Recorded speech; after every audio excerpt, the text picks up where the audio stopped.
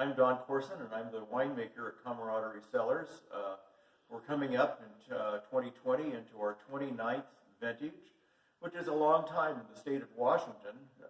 When we started in 1992, there were only about 50 wineries in the state. Now there's over 1,000, if you can believe that. This is our first opportunity during this pandemic to really sort of take a new tack for us to be able to communicate with you. And we thought we'd answer a couple of questions that seem to keep coming up about our past vintages and work like that. The voice that you're going to hear is Amy Harksel, who has been helping us now for the last year and a half on a whole lot of different things, and we're very grateful for her help. So the voice there is going to be her dulcet tones, and she's going to ask a few questions that we continue to hear. So this video is our first. It's our premiere. It's not going to last very long, but we hope you're going to enjoy it and ask questions later on via Facebook or whatever about other things you would like to know. So, Amy, what's your first question? Hey, Don, why don't you tell folks what we've been up to for the last month or so? Woof. Well, it's been a lot of work. You wonder what we've been doing when we're sort of sequestered in our own shelter here. We've been working through the whole 2019 vintage. After fermentation, and I drove 5,835 miles bringing grapes over from 10 different vineyards. But now that fermentation is completed, and malolactic fermentation, that secondary fermentation is completed, we've had to rack all those wines. About 5,500 gallons or so of wine and about 100 barrels. It means taking wine out of barrel, cleaning the barrels really thoroughly with just hot water rinse, and then putting that wine back in. And it takes a long time. And you may wonder, well, why do you do that? Well, when they say the bottom of the barrel, we mean the bottom of the barrel, because this first time, there's a lot of stuff that just sort of sediments down to the bottom. And as we're able to clean that out, it really refreshes not only the wine, but the barrel itself for further better aging. Don, what can you tell us about the 2019 harvest? Well, it's 2019, like any other vintage that I've been through, always has its own challenges. And it's been good to be able to weather, literally, the kinds of changes that we have in Washington. Nothing terribly eventful except for an extraordinary freeze in the middle of October that was very, very early for us. We were not harmed by that, fortunately, because of the different vineyards that we use. But I did go over Snoqualmie Pass with a full load through the snow in late September, which is almost unheard of. All that being said, is that the wines that we've been tasting over the last several weeks in the racking process, because we have to do that for quality control, of course, they're all really good. We're really pleased with the direction we're going for that vintage. That's great. We've been working with a new grape for the last couple of years. Why don't you tell folks about Cinsault? Cinsault, spelled Cinsalt, is one of the lesser-known varieties from the Rhone area, where Syrah and Petite Syrah, Durif, other kind of grapes are more prominent. But Cinsault is really a beautiful, beautiful, lighter-bodied, aromatic, gorgeous wine, a little bit more like Grenache.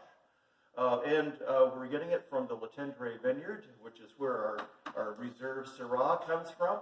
And we're really excited about it. This year we got enough perhaps to even have barreled on or bottled on its own.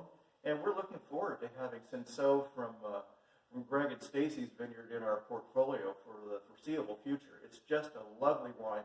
And it's another example, too, of what we're doing is making some things a little bit differently every year. We're always trying to learn. And also the evolution of the industry in Washington is that we're not just growing the standard varieties anymore, but we're able to grow a lot of different varieties very, very well. And I'm glad to be a part of that history. That's great, and it's going to be really yummy. Additionally, we have Cab Franc from 5 different vineyards this year. Why are we getting it from so many different places? That's a good question, especially at the end of September or October, when I've been driving around all the way from Walla Walla to the Yakima Valley, which is a little bit closer. But I'm on the hunt for a reserve quality Cabernet Franc. Cabernet Franc probably is, at least for us, is emerging as one of the favorite wines of our wine club and for the restaurants in the area. And I think it's sort of an unheralded hero for Washington State in the future. And we're going to be hearing a lot more about it. All of our Cabernet Francs, that is the bottling that we've done before, has always been 100% Cabernet Franc. But this year we have it again from 5 different vineyards. We're seeing which ones are the best. We're still on the hunt for that to see how it evolves. But we're looking for that one that might be a vineyard designated kind of wine that would be just super yummy for our wine club. In the whole realm of Cabernets, we also have been really pleased with the 2 vineyards so far this year. Can you tell us about Dionysus and Upland? Yeah, they say Cabernet Sauvignon is the wine that for around the world, if you're growing that's the benchmark of quality for what you can do in a particular wine growing region. And we've been very lucky to get Cabernet Sauvignon from 2 of the finest vineyards in the state. And that's one of the benefits of being around for so long, is that some people really want to work with us, and they're patient with us and how we get them paid back, but we always do. But the Dionysus vineyard is one of the finest vineyards in the state. It's one of the oldest vineyards in the state too. It's on the east slope of the Columbia River, looking out over the last wild reach of the Columbia.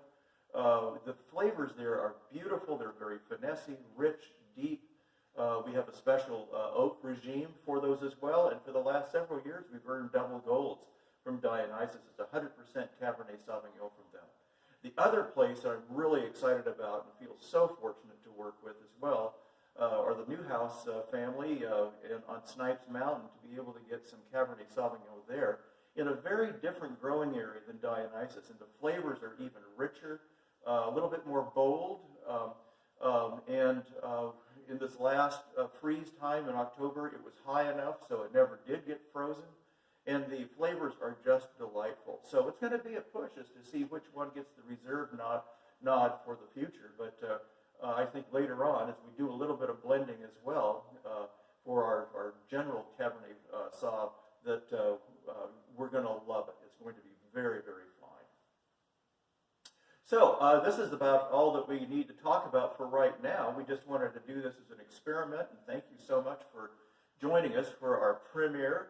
And as you have some questions that might come up about our barrels that we use, where they come from, why we are doing different kind of things or whatever, let us know by way of our website, which is just info@camaraderie.cellars.com. I think, yep, Amy's saying yes, so that's good. I got that part right. But thanks again for joining us, and we look forward to seeing you later on when this COVID virus thing goes away, and we'll have the fire going for you. Bye-bye.